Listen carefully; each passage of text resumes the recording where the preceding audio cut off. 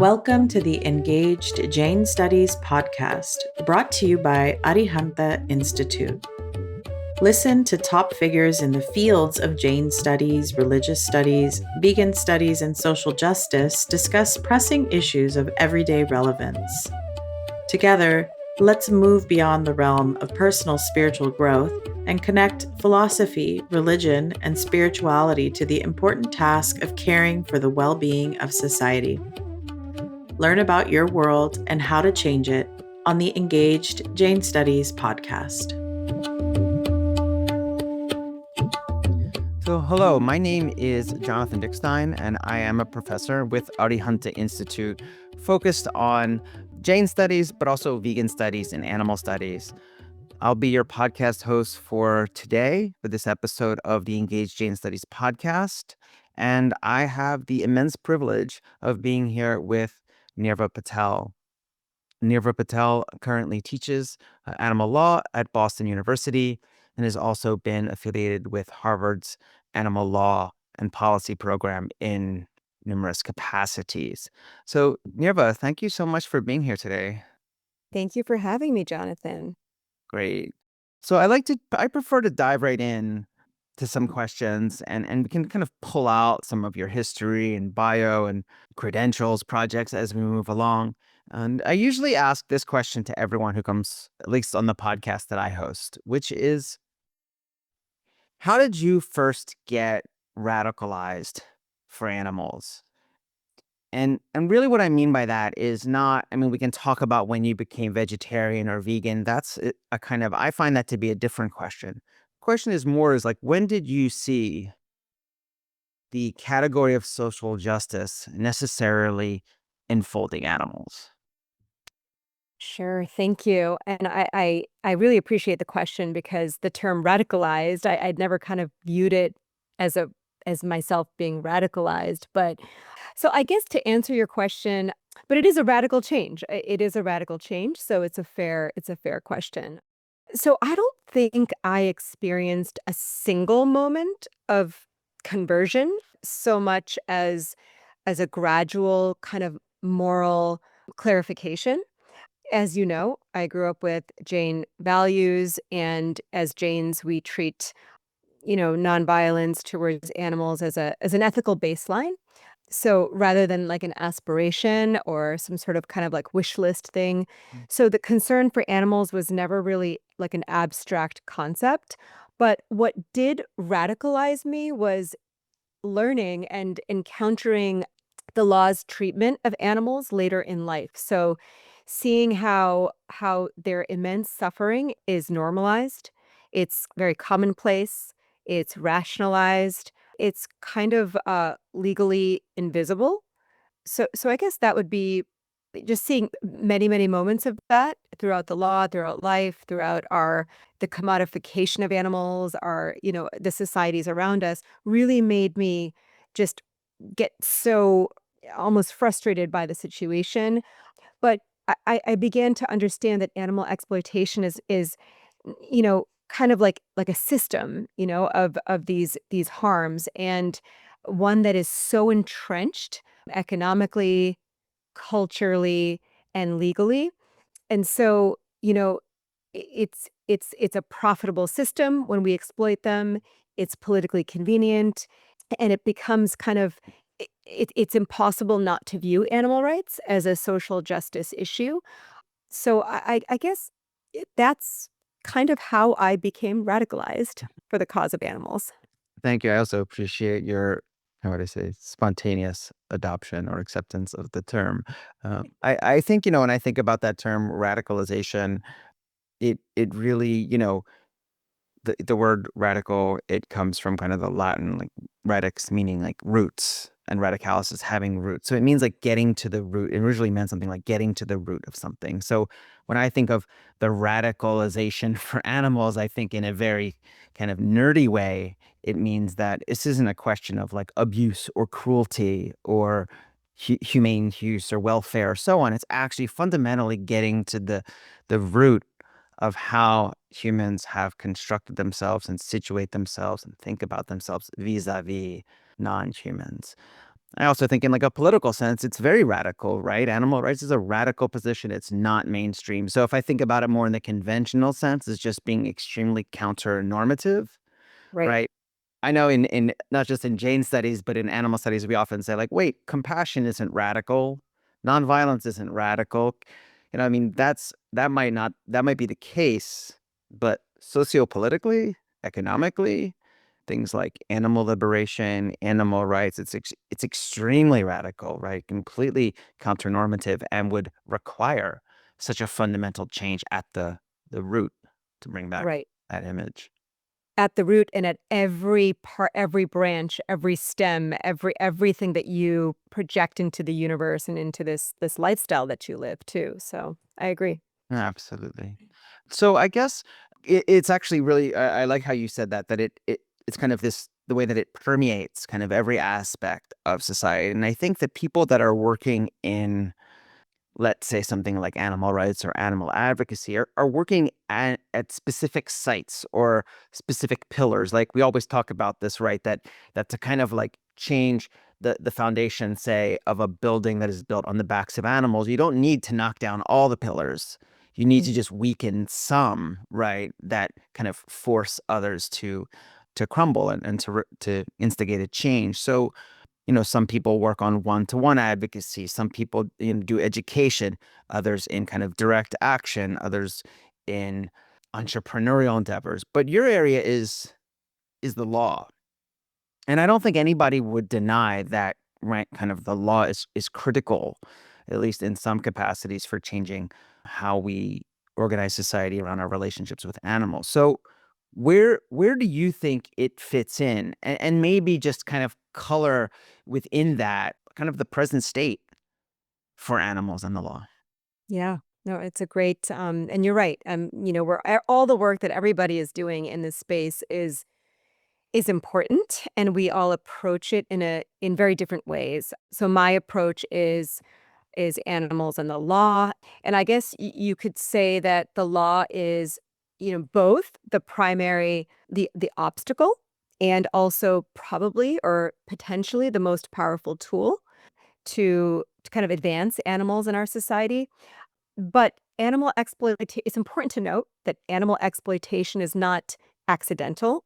It's enabled by the statutes, by regulatory carve-outs, by liability shields, by doctrinal categories, especially, and I talk about this a lot in the course, is the treatment of animals as property. So so the liberation of animals will not come simply from moral persuasion. It actually does require, in my opinion, the dismantling of legal structures that make all of this cruelty to animals routine, profitable, and shielded by procedural kind of tactics within the law. So, it doesn't mean that animal liberation will not happen through a single doctrinal breakthrough, like maybe it could, but in the near term, the law is most powerful when it destabilizes certain systems that have been perpetuating for years and have only been getting stronger and stronger and stronger due to commercial interests and kind of like the lack of empathy towards animals. So if from a lens of a lawyer, I would focus on consumer protection litigation, environmental law, public health regulation, labor law, administrative challenges, and even, something like what we did with, at Harvard, the challenge to the National School Lunch Plan using, the argument that there are religious accommodations that haven't been honored for certain groups and people that do not consume animals for religious reasons. There's also what has been powerful is state and local reforms in law. And so what all of these things do together is they restrict the market for cruelty Mhm. without actually disrupting the entire legal system. So it's kind of a strategy. They don't require courts to recognize animals as rights holders overnight, which I know many of my peers have tried to do, but they force institutions to internalize the costs of exploitation. And over time, these pressures create conditions for deeper conceptual change. That's really great. I would like, part of me is so tempted to be like, tell me more about this or like this specific thing. But I want to actually make that more of a teaser for our listeners because as you mentioned, you're teaching a course for us, Animal Laws in the United States, that is coming up and launches on February 2nd, 2026. So hopefully we can get to that a little bit more later on. But, I think that's going to be kind of at the heart of what you're talking about are these ways, right, in which we can use the law. Maybe not in always the way that we think we'd want to do, right? Establishing a kind of personhood or right. Maybe that is possible, but there are other ways we can navigate the law. And I find it fascinating because I remember reading in William Cronin's book, he has a book called Nature's Metropolis that's about the history of Chicago, right? And the kind of stockyards in Chicago. And it kind of talks about how early on, actually, the selling of pig flesh or pork was actually taking a loss. Like they actually weren't making money at all off of the meat itself. Where they were making a profit were all of these so-called, and I'll put in scare quotes, byproducts, these other kind of like these other markets. And in many ways, byproduct is a poor term because it's not a byproduct. They're products just like any others. And they're products specifically because they're the only ways that made the business profitable. Mm. So if like you're saying, what happens if we can start to make inroads in these other markets that don't seem to be the immediate kind of targets, and it not just disincentivizes, but makes it kind of impossible for some of these industries to operate, then you kind of like, you get to your end, even if not by the way that you thought you'd get there. Right, exactly. Well said. So listening to this, what if you're someone who's young and you're saying like, wow, this is great. I'm really interested in animal liberation. I believe, just like Professor Patel said, that liberation requires changes to the law, changes to society. It's not just handing out leaflets. So, what does animal law look like, say, in our institutions today? At least, I mean, I know you can't speak for all of them, but at least from your vantage point. And is this kind of like a viable avenue for young people trying to get involved? Yeah, no, fair question. And it has changed quite a lot. So, animal law, I would say, is no longer confined to a handful of, so called, electives or advocacy oriented seminars. It now actually has a pretty firm place in many academic settings because of this creative strategy, I think, that a lot of professors have incorporated into the syllabus. So animal law intersects with environmental law, administrative law, food and ag law. In my class at BU, I incorporated intellectual property. There's a lot of trade that's involved with animal law and, of course, constitutional law. So it's almost like you can't ignore animal law anymore because it's actually a pretty creative way to reinforce many other concepts in law that the students are already learning, but also because it's a fun way to learn about so many of these other concepts and also bring animals into the picture.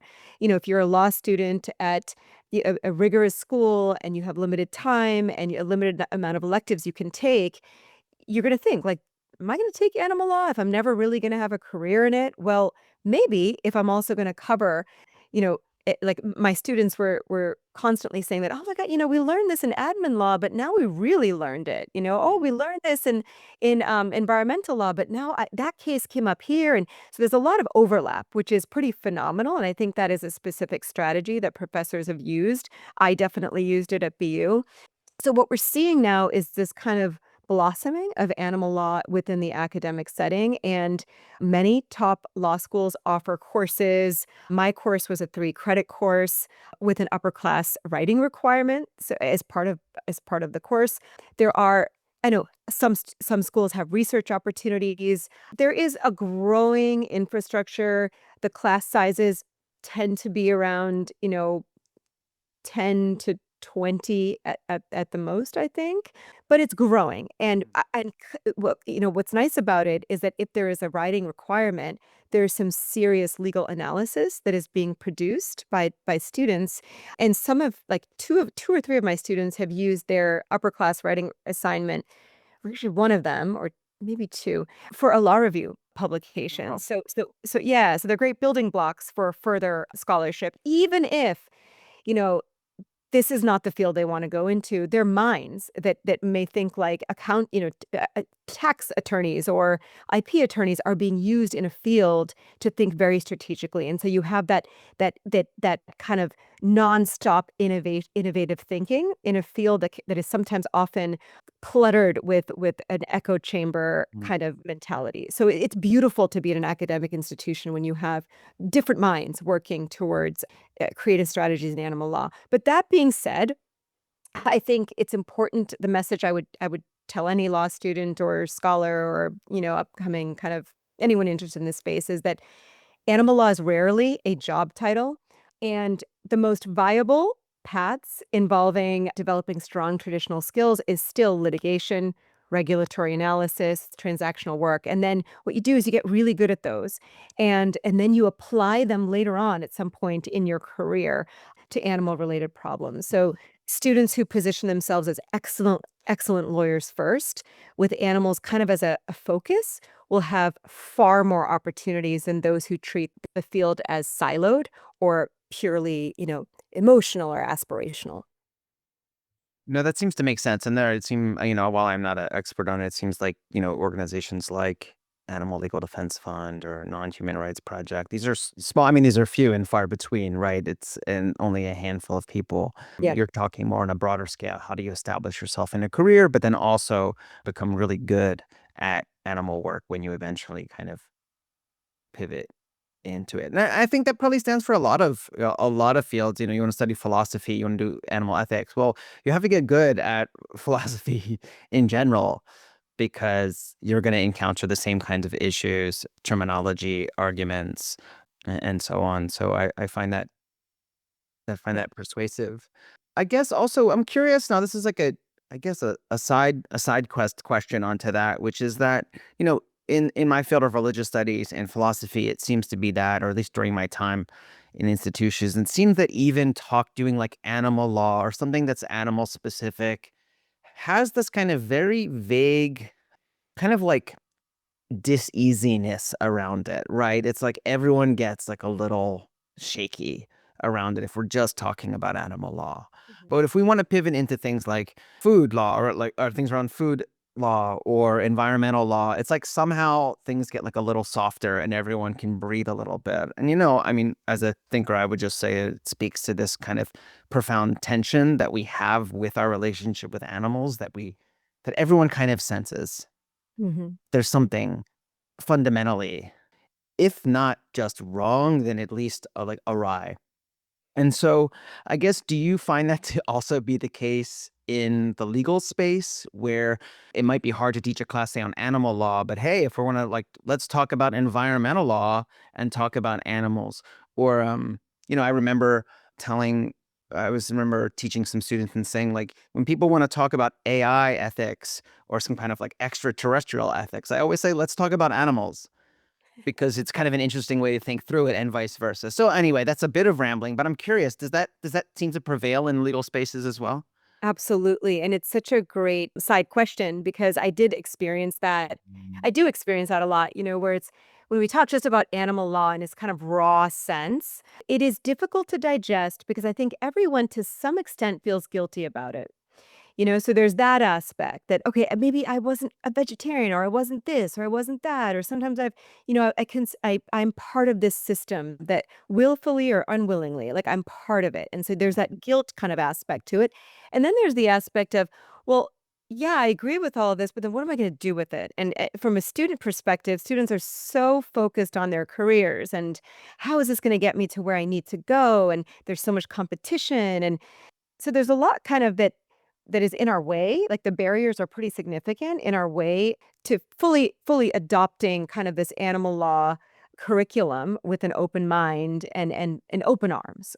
But yeah, I think the environmental law and all these other aspects of animal law really grounds us because students can get that. There's a lot of scholarship. There's a lot of conversations in other classes. Like it's more relatable, and so I think it pulls you into the sphere pretty easily. But there is a tension there. There's an awkwardness. Yeah, I think I would definitely say I experienced that as well. Yeah. Right. It makes sense. I think it's obviously when a system is that pervasive, we would only assume that Yeah. feelings, emotions, and reactions about it would be so ubiquitous and kind of deep as well. So, so up to now, we've been kind of talking about specifically kind of legal issues of things in kind of the law, and also you as lawyer, you as professor, but you're also come from a Jain background. And at Arihanta Institute, we kind of do a lot of work in Jain studies. A lot of the work that I organize in the Vegan Studies Initiative is kind of a little bit more universal. We have some things on Jainism and folks who aren't involved in Jain studies or Jainism at all. So I think you're unique in this sense, at least for me, because someone like me who also is involved in Jain studies, but's also involved in animal studies, the difference being that you actually come from that background. So I guess could you kind of talk a little bit to our audience about your background and maybe how maybe this gets back to the first question where like you weren't radicalized for animals, but you were from a background that already had it on your radar. And then maybe we get to the present in some way and how that informs your work now. Yes, no, thank you. Right. So I grew up in a Jain household, and so from day one, the whole concept of compassion and nonviolence and vegetarianism was it was prevalent. It was front and center. There was no question. And I think I could say Jainism gave me like this moral vocabulary long before I had a legal one.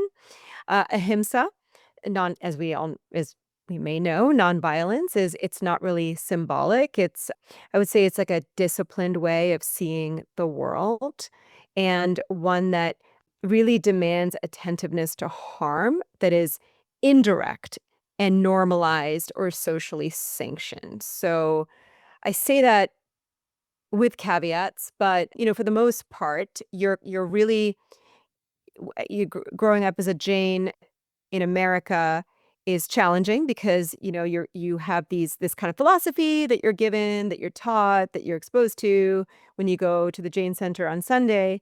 But then when you interact with your life, like at school and, with your friends' homes, you don't see much of that playing out in the real world. So it was very important to me to kind of keep Jainism active in my life because I needed that to kind of counter what I was seeing as a young child in my life.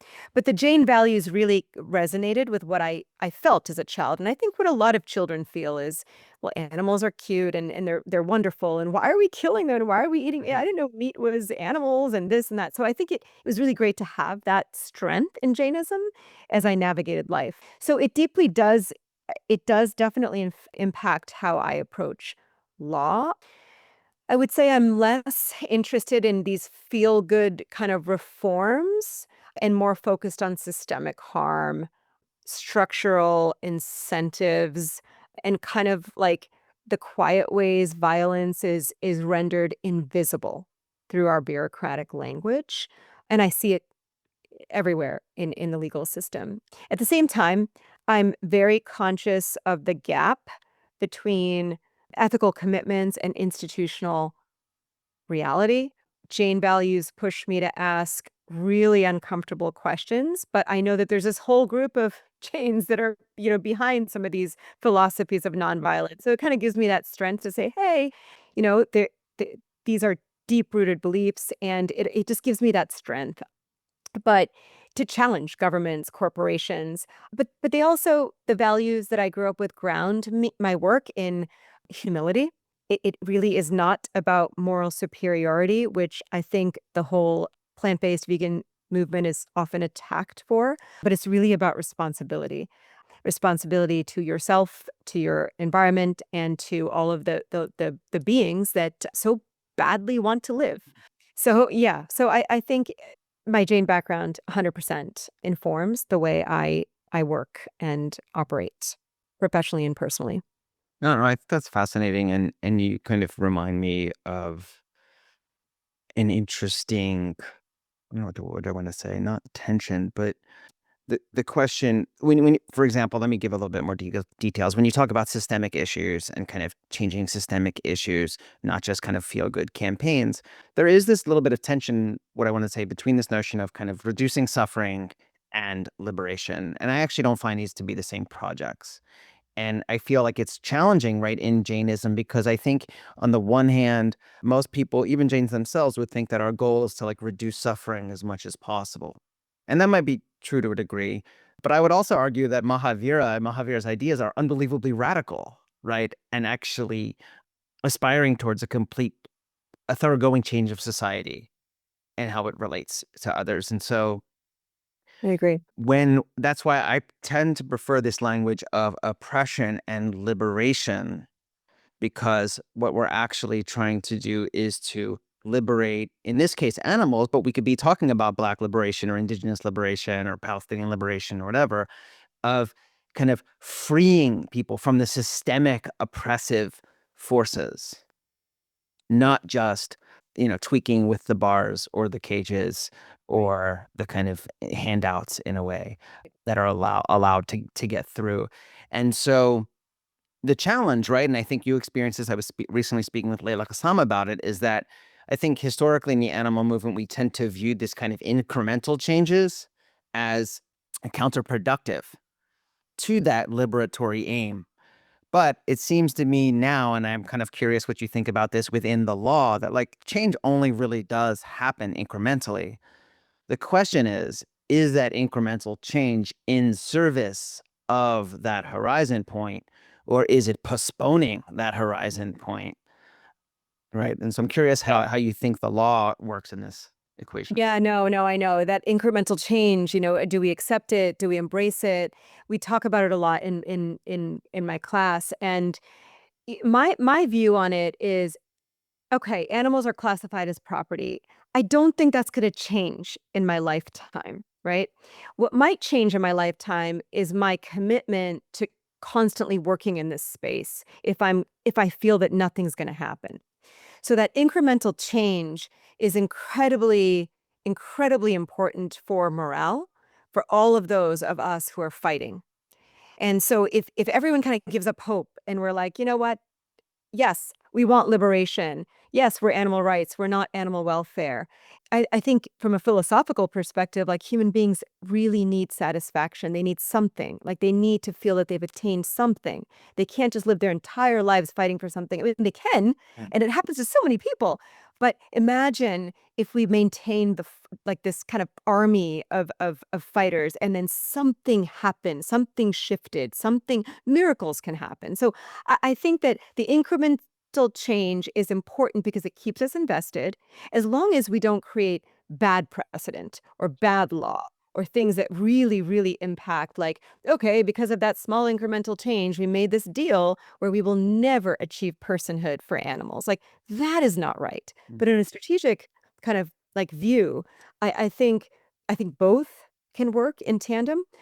Yes, I would love a drastic change. I would love to flip this entire legal system upside down. I don't think it's going to happen in my lifetime. As positively, I think very positively. I like to think I'm a pretty optimistic person, but I do know that, when for instance, worked on a citizen's petition in my little town, and we banned the sale of fur in my little town that doesn't even really sell fur. I felt a great sense of satisfaction. And then hundreds of people in the town also felt a sense of satisfaction. And that rippled and rippled and rippled. And now we have 7 towns in Massachusetts, and we're so close to state action. So I think those incremental changes make a big difference, but we can't expect them to be like the ultimate end all be all. We have to keep our eyes on the prize, but No, that makes sense. And I think it's twofold. One is I think the incremental changes are actually how the kind of you get to these tipping points in many ways. I agree with you 100%. It depends what are these little steps we're making? Are they actually in that direction? And then on the individual level, it's absolutely I find it to be absolutely psychologically convincing that you need wins. You need wins, right? yeah, Imagine going to the gym and working out and never getting any results at all, and someone keep telling you that like maybe in your lifetime you'll get a result or right. maybe not.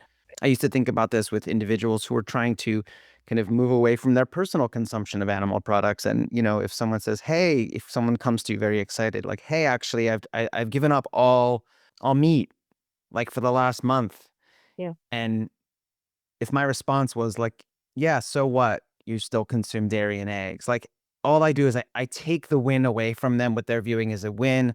It's psychologically, I think, unproductive, Yep. if any. And then, it makes it feel like, what's the point of any of this, right? If I keep doing these massive campaigns with no wins. So yeah, I think local wins and what you described is amazing. And like you said, going from your little town now to maybe working towards state action is Yeah. unbelievable. Yeah, and that's Massachusetts, so, like, we already have California. If we get Massachusetts, maybe we get New York. Hey, Mhm. we could go for a federal ban, and boom, that little incremental change made a big difference, but it didn't get in the way of any massive, Exactly. but And you're changing norms, right? Social norms is massive, and they move at a snail's pace most of the time.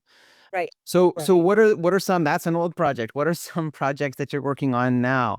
I know you're working on school lunch program a bit. I don't know if that's still something in the works, but tell us about it. Yeah, school lunch is still happening. I'm still working with the team at Harvard, and we continue to go to the Jain Center in Norwood, and we're talking to folks, and we're asking them, have you spoken to your principal? What's going on with the school menus?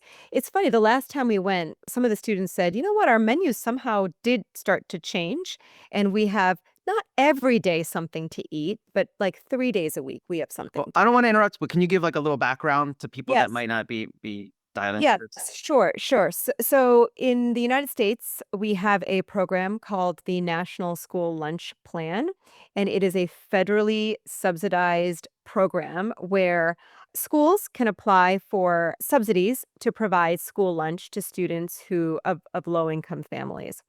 And that's the federal program, but many states have also decided to have their own plans. I think there's 7 states, including Massachusetts, that provide, state budget funding for completely free breakfast and lunch meals at school. And so the state's policies always, for the most part, follow the federal policies. And what happens is what we found when I was doing my work at Harvard was that so despite this federal funding, students at schools that followed a vegan diet due to religious reasons. So whether you were Jain, Muslim, Seventh-day Adventist, some Jewish students, i- if you followed a vegan diet, you were not, for the most part, you did not have something to eat, a hot meal every single day that you attended school.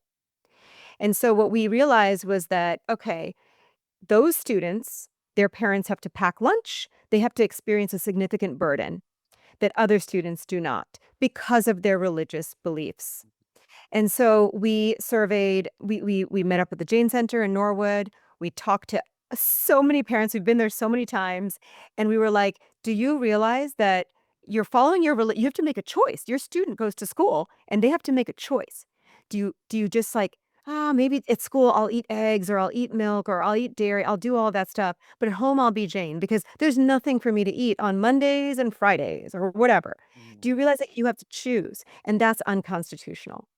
And so we filed a petition to the Department of Agriculture, and we went through the entire National School Lunch Plan language, and we said, "You know what? Up until 2024, you had language in there that said schools have to follow religious accommodations. And then you changed that language to religious preferences." And so what we told them was this is not a preference to be plant-based or, for many students, whether you're Jane, this or that. So you need to put back that language in so that there's this trickle-down effect to all of the schools at the state level that every day you can't discriminate on the basis of religion when you're serving food at school. It shouldn't be. So it was really amazing when we talked to students. We talked to over 300 students, and the students were like, "I didn't know I had a right to eat every day at school. I didn't know taxpayer dollars were paying for school lunches. We're always tired. I pack my lunch at school. It sits in the locker room and it starts to rot. I don't even do after school sports because I'm just too tired. I know I could have done better in that class if I had food to eat during lunch. It's embarrassing to be Jane." There was one student who mentioned that her principal said, "You're making up this whole thing about Jainism and being vegan. You're making up the religion Jainism. That's a name. Jain is a name. It's not. So we were just blown away, and so we continued to do. We did the federal work. The petition is there. They have to respond. They did respond like, "Oh, we received this, and thank you for your letter on the religious preferences," which was wildly annoying. But they received the letter, the petition. It's called a petition for rulemaking. And now what we're doing is we're working at the state level in Massachusetts, because Massachusetts does provide free lunch to everybody, whether you're low income or not. And so we're still in a situation where Jain students don't have the same eating situation at school as similarly situated students. And that is because of the way they follow their religion or interpret their religion. So that is a project we're still working on, and, pushing through, it's an ongoing thing. But there is a bill that's at the state level in Massachusetts, and we're supporting that bill, and we're supporting certain, you know, energy around that bill and bringing about awareness to these students. But we've identified one school district that is doing a great job and providing, I think, 90% or something like that, plant-based meals, because they have an environmental pledge to go Interesting. carbon. Yeah, so again, you gotta, like, as you were saying, Jonathan, you gotta ground yourself in something else and leverage all of these other. But that seems reasonable. I mean, I remember listening to that case, what was it, in the UK, where someone was trying to talk about, kind of like plants only meals offered as a kind of like, or veganism as a kind of religious kind of identity. And, I find that to be not very convincing on its own, in how, as someone who studies religious studies, I just don't see that to be convincing to kind of smuggle it into a category where I don't think it fits. But in Jane's case, you absolutely do. And I mean, besides the fact that, as many people probably listening know, that Jain vegetarianism is a lacto-vegetarianism. So it's not as if there might be vegetarian options at schools, but a lot of them contain eggs, which means that Jain students would not be able to eat them. And those following strict Jain diets, then it would have to really talk about root vegetables and kind of other substances too. I find it interesting then that, like, we can pivot to a school that has an environmental pledge, and then hence they're getting there indirectly. But like you said, what happens eventually is a few things happen. Once is you have to change what's being bought, what's being supplied. You're affecting these industries. And from my perspective, what you're also doing majorly is you're just changing norms, especially at the level of children, right? They just start to be able to make more informed choices. They have informed consent in a way as to what they put in their bodies. And then they don't have to grow up and deconstruct so much to, I mean, this is what I mean, kind of going off here, like a lot of parents say, I think, is they say, I'll let my kids eat whatever's kind of available and what's around. And when they get older, they can make the decision for themselves. But imagine conditioning for 18 years, the most formative years of your life, and then how much heavy lifting you have to do biologically, socially, emotionally, familially. And so what you're doing seems to be a way that Jain students get to live their Jainism all day, every day, and perform it the way they want to perform. And then hopefully it even helps other people realize that there's other options available. Exactly, exactly. And what I do when I talk to parents who, have like older kids, like 18 years old, and they're like, "Oh, are we just told our kids, like, you have to eat whatever's there, like, just eat and at home be Jane." I tell them, be compassionate towards yourselves. Like, this was not you on you. This is not on you. This was a system that you stepped into, that you moved into. You were just trying to do your best. But work with us now for this next generation of students, because don't give up on this project, on what we're doing here, because it didn't help. We weren't there to help you, at that time. So it's really, there's so much psychologically that goes into these projects, and there's a lot of guilt, a lot of confusion, a lot of, that first generation of immigrants was just survival skills, and let's assimilate, and let's, so I have a lot of people in my generation that grew up eating meat quietly, or eggs, or this or that, or they just kind of just turn a blind eye. But it's really, really frustrating when the systems don't understand certain religious beliefs, and they don't support that. And luckily, we have a constitution that we can fall back on to kind of have that voice in the room. Yeah. I mean, in some ways, at least on paper, because in some ways people think, what are the real religions and what are the not the real religions, or what are real or not. And that's kind of the subtext, right? But the courts will never decide what is a religion, what isn't. So that's also wonderful too. It's helpful on our side, yeah. Yes.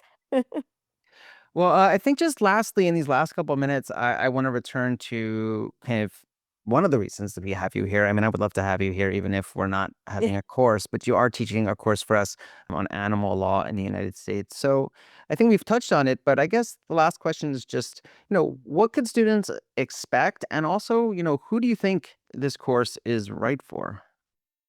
Yeah, so it was a pleasure to offer this course. It's 4 modules and each one is about an hour.